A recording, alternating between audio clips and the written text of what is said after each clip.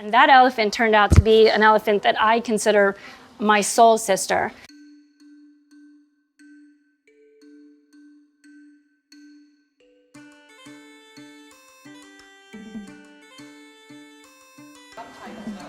Hi, my name is Debbie Flinkman, and I'm an elephant keeper.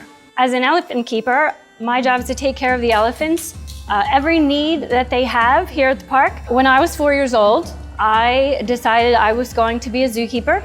I don't think I knew what that exactly meant, but my family took a lot of visits to the zoo, and I saw the zookeepers there interacting with those animals that I didn't live near, like elephants and giraffes and rhinos and hippos that live in other countries. And I decided I was going to work with them for the rest of my life. I had been a volunteer at the Maryland Zoo in Baltimore since I was very young, since I was 12. I went to college for animal behavior and biology. I was actually working as a zookeeper while I was going through college, so I was doing a lot of things, but also learning a lot of things. It can be a very physically hard job. You're out in the weather all day, or in the snow, or in the heat, or in the rain, all to take care of them. You do a lot of physical work. We've all had experiences where we don't communicate well with someone, or we don't feel like we know what they want from us.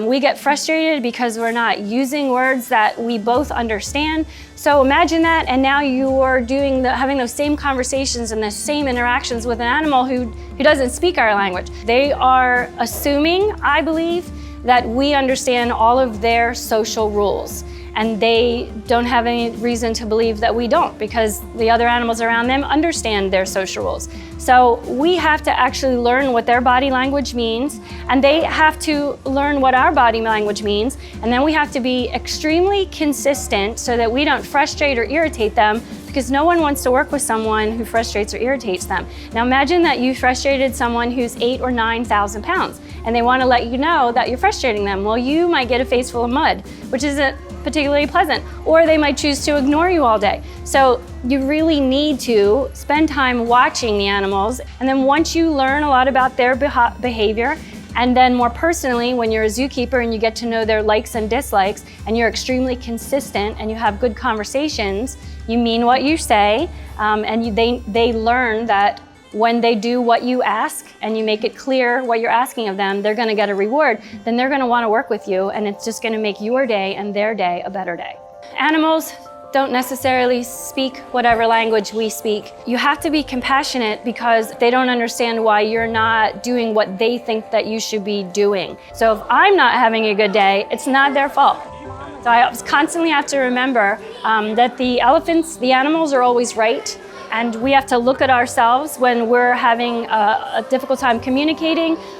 We have to look at ourselves and figure out how we can give information better. And then also just realize they're moms with babies. They're males interested in females. They have social disagreements and things. And you just have to stand back and let them be animals sometimes.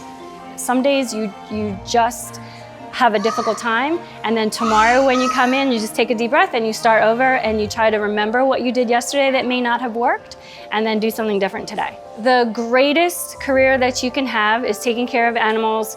The relationships that you build, and the babies that are born, and the older elephants that you get to know, they become a part of your life in ways you couldn't imagine.